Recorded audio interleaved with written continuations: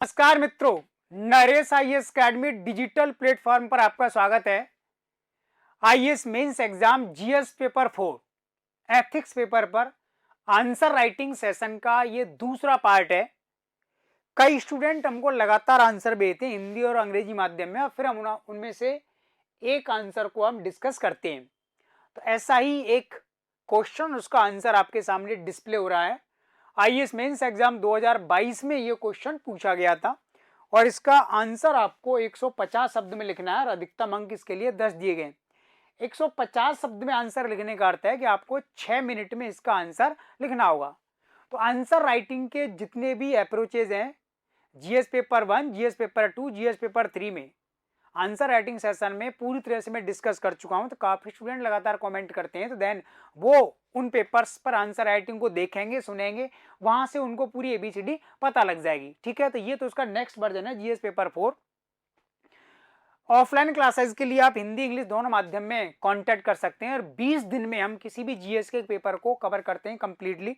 और optional history के लिए भी आप कांटेक्ट कर सकते हैं। जो छात्र कोचिंग क्लास नहीं कर सकते किसी भी कारण से, तो देन उन छात्रों के लिए हमने जीएस पेपर 1 और जीएस पेपर 2 को यूट्यूब पर पूरा डिस्कस किया हुआ है। अगर आपने वहां से उसको सुन लिया, देख लिया, तो आप अपनी तैयारी का 70% तक हिस्सा कवर कर सकते हैं। तो देन आपको किसी कोचिंग क्लास गाइडेंस की आवश्यकता नहीं होगी। तो देन सबसे पहले हम इस क्वेश्चन को पढ़ते हैं, फिर इसका आंसर देखेंगे और फिर इसके बाद हम इसका सेल्फ इवैल्यूएशन करेंगे।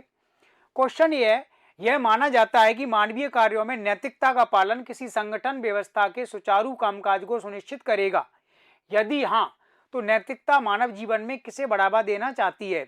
दिन प्रतिदिन के कामकाज में उसके सामने आने वाले संघर्षों के समाधान में नैतिक मूल्य किस प्रकार सहायता करते हैं? तो आप जानते हैं कि एथिक्स के पेपर में क्वेश्चन की लेंथ बहुत ज्यादा होती है, यानी सवाल बहुत बड़े बड़े पूछे जाते हैं हिंदी और अंग्रेजी दोनों माध्यम में। तो ये काफी बड़ा सा क्वेश्चन है। इसका आंसर देखिए कैसे लिखा गया है। नैतिकता मूलतः दर्शन शास्त्र की एक शाखा है जो मानवीय कार्यों के उचित एवं अनुचित स्वरूप को निर्धारित करती है। निजी एवं सार्वजनिक संगठन में मानवीय कार्यों का नैतिकतापूर्ण होना आवश्यक है। आंसर का अगला पार्ट नेक्स्ट पेज पर है। किसी भी संगठन के निश्चित उद्देश्य तथा उनको प्राप्त करने की एक कार्य पद्धति होती है। नैतिकता ही किसी व्यक्ति को अपने संगठन के प्रति सत्यनिष्ठा, ईमानदारपूर्ण व्यवहार एवं उत्तरदायित्व के लिए प्रेरित करती है। इसके अभाव में कोई भी संगठन अपनी कार्यकुशलता को बनाए नहीं रख सकता। पैराग्राफ चेंज किया गया है।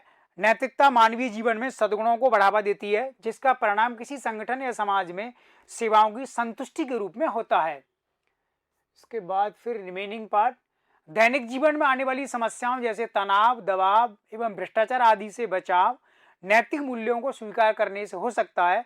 यदि किसी संगठन में मानवीय कार्यों की प्रासंगिकता का आकलन उनके नैतिक एवं अनैतिक होने की कसौटी के आधार पर होना चाहिए।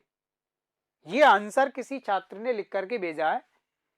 आंसर में शब्दों का प्रयोग अच्छा किया है और डायरेक्शन भी काफी सटीक है, लेकिन कुछ और भी इसमें लिखा जाना चाहिए था क्योंकि ये ओपन क्वेश्चन है। इसमें किसी प्रकार की लिमिट आपके लिए नहीं दी गई है।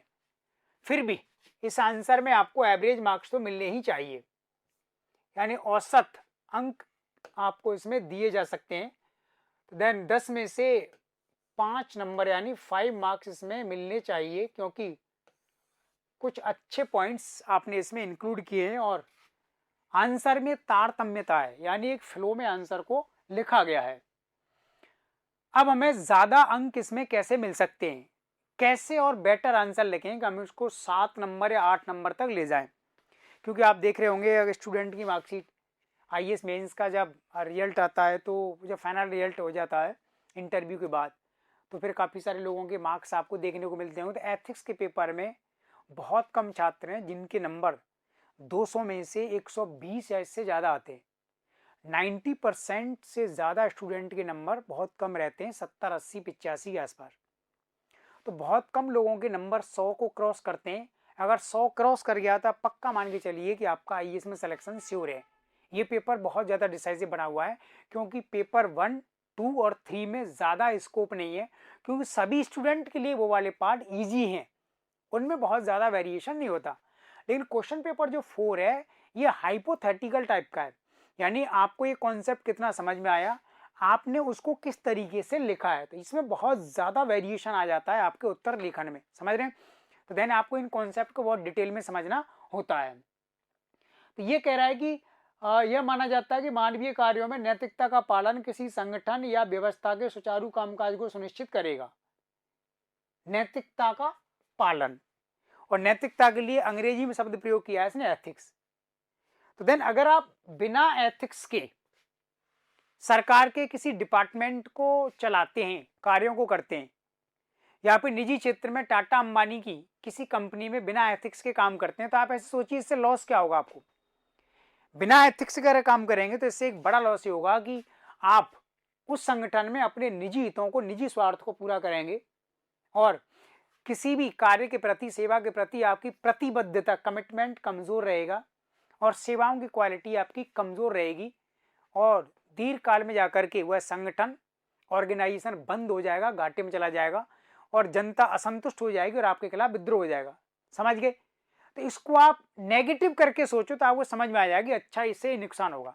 इसीलिए आप इसका आंसर लिख दो कि किसी भी संगठन में, एजेंसी में, व्यवस्था में अगर हम एथिक्स का प्रयोग करते हैं तो देन इससे सबसे बड़ा लाभ ये होता है कि सेवाओं की गुणवत्ता बनी रहती है, और सेवा प्रदाता और सेवा उपभोक्ता के बीच में स्थायी और विश्वसनीय संबंध बना रहता है, और यह संबंध उस संगठन या व्यवस्था को दीर्घ काल तक बनाए रखता है। कितनी बड़ी बात है।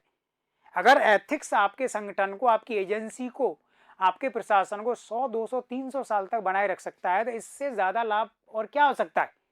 अच्छी बात है ना। तो एथिक्स के बल पर, और आप अपनी प्रोडक्टिविटी बढ़ा सकते हैं, क्योंकि एथिक्स आपसे यह कहती है कि आप ईमानदारी पूर्ण, सत्यनिष्ठा के साथ अपने संगठन के लिए काम कीजिए। उसमें आपको अपना निजी हित, निजी स्वार्थ नहीं देखना है। तो ऐसी स्थिति में निश्चित रूप से उसकी प्रोडक्टिविटी, उत्पादकता बढ़ती है। क्यों? क्योंकि जब हम सत्यनिष्ठा के साथ काम करेंगे तो हमारी सत्यनिष्ठा यानी इंटीग्रिटी ऑर्गेनाइजेशन के प्रति है, और ऑर्गेनाइजेशन के प्रति इट मीन्स हमें फिर अपनी सेवाओं की क्वालिटी को मेंटेन करना होगा। जो भी जनता है हमें उसको संतुष्ट करना ही होगा। तो निश्चित रूप से कामकाज सुचारू हो जाता है, बहुत ईजी हो जाता है अगर हम एथिक्स का प्रयोग करते हैं, क्योंकि उससे नैतिक संघर्ष नहीं होता है, स्वार्थ किसी का सिद्ध नहीं होता है, भ्रष्टाचार समाप्त हो जाता है, अनियमितता उससे हट जाती है, और एक प्रतिबद्धता लगातार बनी रहती है। ठीक है, ऐसे लिखो इसको।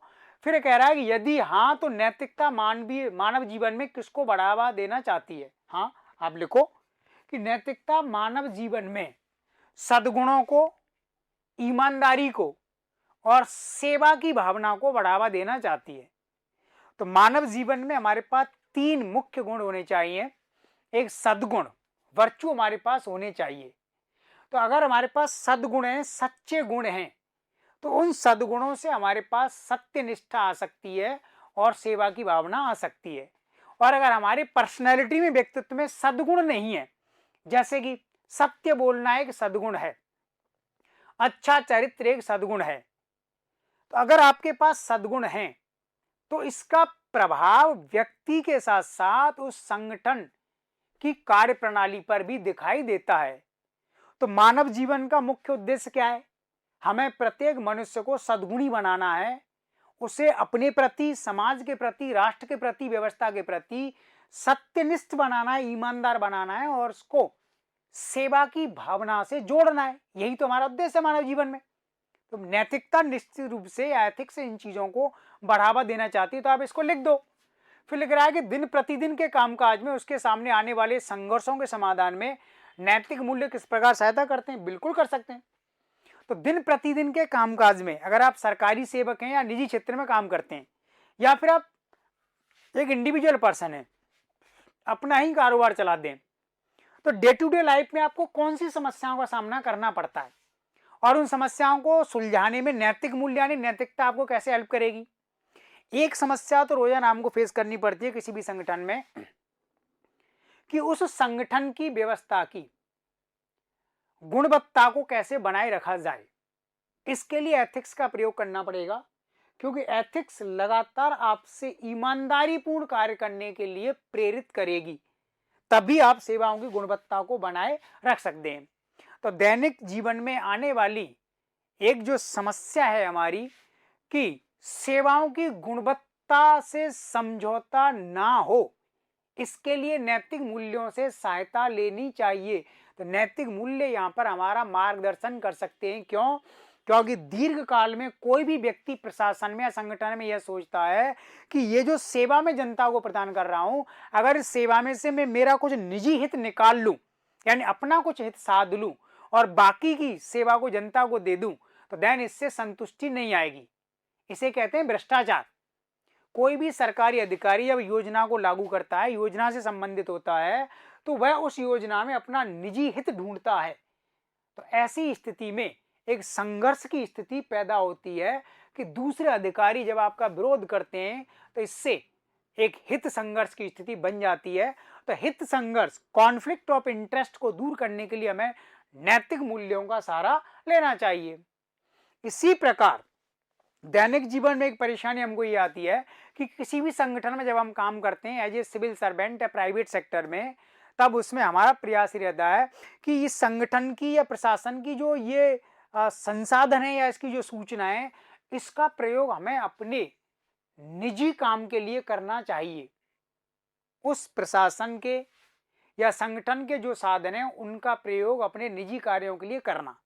एज ए सिविल सर्वेंट के रूप में अगर आपको सरकारी गाड़ी मिली हुई है, तो क्या आपको उस सरकारी गाड़ी का दुरुपयोग करना चाहिए? इट मीन्स वो आपको दी गई है, लेकिन उस सरकारी गाड़ी से आपका पूरा परिवार अपना काम चलाता है, तो गलत है।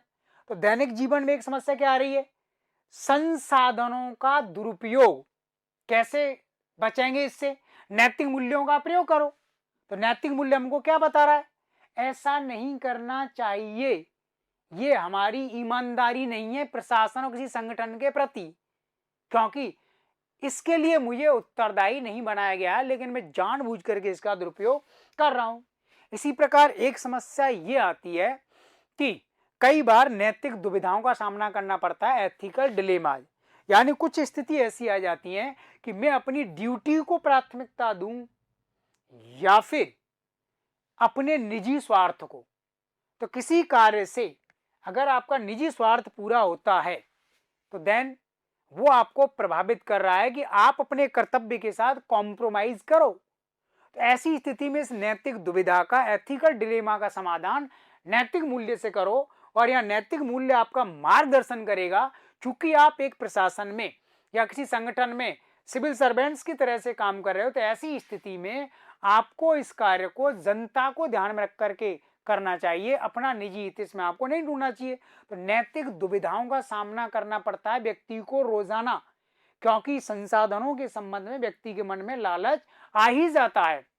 एक समस्या और आती है कि अकर्मण्यता, इनकैपेसिटी। कोई भी व्यक्ति सिस्टम में ईमानदारी से काम नहीं करना चाहता। तो एक कर्मचारी काम नहीं कर रहा है तो आपको ऐसा लगता है कि मैं भी क्यों करूं, मुझे भी नहीं करना चाहिए।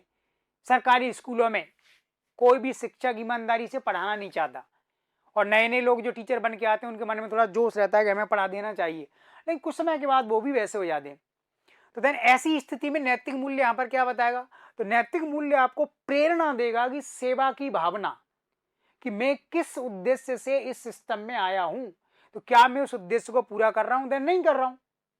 तो नैतिक मूल्य बार बार मानव जीवन में प्रेरणा प्रदान करते हैं कि आप अपने कर्तव्य को ईमानदारी के साथ, सेवा की भावना से, प्रतिबद्धता के साथ कीजिए, और अगर आप नहीं करते हैं तब आप इसका उत्तरदायित्व लेने के लिए, अकाउंटेबिलिटी के लिए तैयार रहो।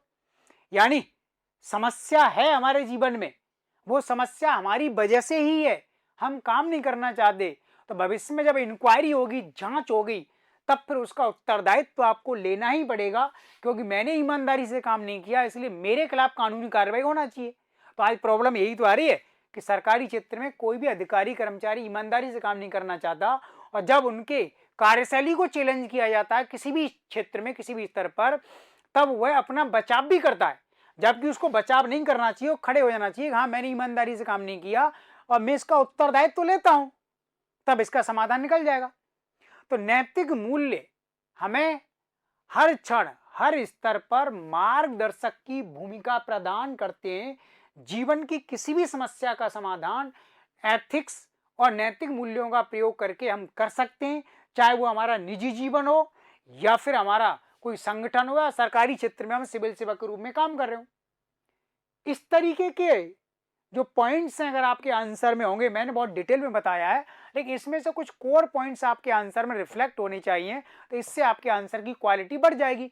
फिर आप दावा कर सकते हैं कि 10 में से मेरे 8 नंबर आ सकते हैं। बिल्कुल आ सकते हैं, किसी ना किसी के तो 8 आते होंगे ना, आप ये नहीं कह सकते ना किसी के नहीं आ सकते, किसी के 9 भी आते होंगे। तो जिसका 8 और 9 नंबर आ रहा है तो वो कैसे आ रहा है, वो क्वालिटी आप में तो हो सकती है, लेकिन आप में क्यों नहीं है? क्योंकि ना तो आप उस तरीके से पढ़ते हो, ना आपको उस लेवल का गाइडेंस मिल रहा है, और ना आप उस तरीके से काम कर रहे हैं। तो देन ऐसी स्थिति में आपका लेवल वो नहीं बन पाएगा। और आईएएस एग्जाम क्या है, एक्सीलेंट लोगों के बीच में फाइट है, और आप उस तरीके से काम नहीं कर रहे हैं, इसलिए कॉम्प्रोमाइजिंग की कंडीशन बनी हुई है और एवरेज मार्किंग हो रही है और हमारा समय वेस्ट हो रहा है। ठीक है, इस तरीके से इन चीज़ों पर आप ध्यान दीजिए। मैं जो समझाने का प्रयास कर रहा हूँ उस कोर कॉन्सेप्ट को समझने का प्रयास करो कि हमारा सिलेक्शन हमारे हाथ में ही है, लेकिन हमें ईमानदारी से, सत्यनिष्ठा से अपने लिए काम करना होगा। ठीक है ना? धन्यवाद।